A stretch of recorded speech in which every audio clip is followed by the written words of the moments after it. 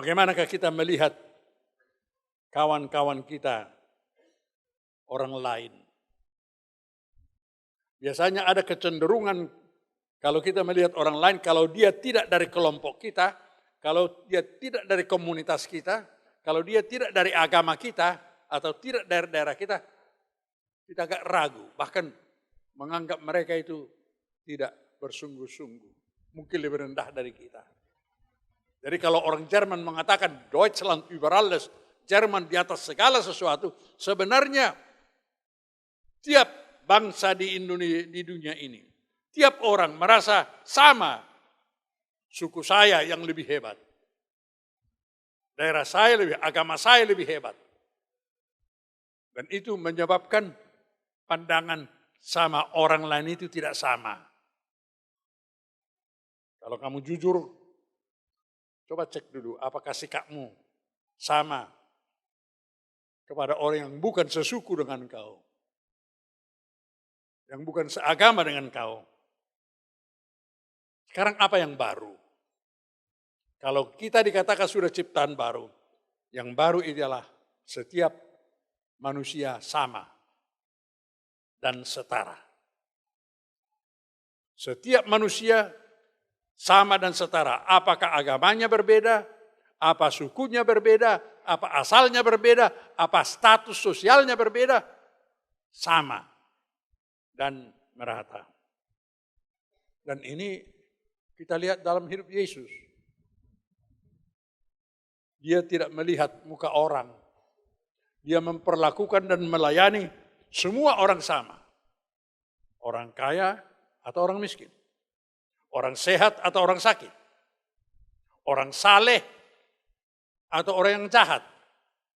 Orang Yahudi atau orang Samaria. Laki-laki atau perempuan. Nah itu sebabnya Rasul Paulus mengatakan dalam Galatia 3:28.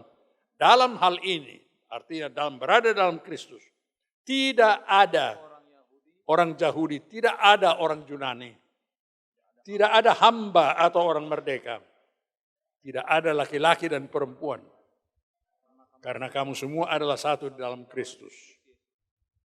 Perbedaan mutlak karena ras, karena agama, karena status sosial, karena gender sudah lenyap.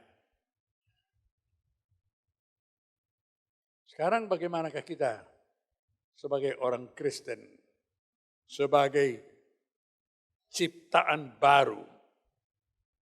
Mungkinkah kita bisa melakukan ini? Sambillah satu contoh. Apakah semua laki-laki yang hadir di sini bisa melihat perempuan yang ada di sini sama dengan dirinya, merata, tanpa beda? Kalau kita belum sampai ke taraf itu, kita masih jauh daripada pengertian ciptaan baru. Biasanya perempuan itu kita anggap manusia yang lemah, lebih rendah dari laki-laki. Itu sebabnya sampai sekarang juga perempuan itu diperdagangkan. Dahulu juga begitu. Bisa diperjualbelikan, bisa diperlakukan sewenang-wenang. Tetapi kalau orang yang sudah berada dalam Kristus, harus dapat melihat perempuan juga sama dengan dirinya sendiri. Tapi perempuan juga jangan mau dilihat sebagai manusia kelas 2. Ingat aja apa yang tertulis dalam Kejadian 1 ayat 28. Allah menciptakan manusia itu sesuai dengan gambarnya.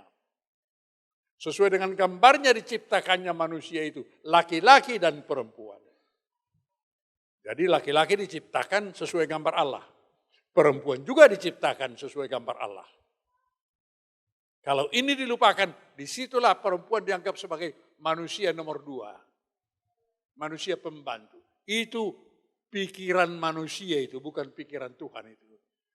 Itu buatan manusia itu, bukan buatan Tuhan itu. Jadi sekarang saudara-saudara, di manakah tandanya kita orang Kristen? Bukan di KTP. Tetapi dalam sikap kita.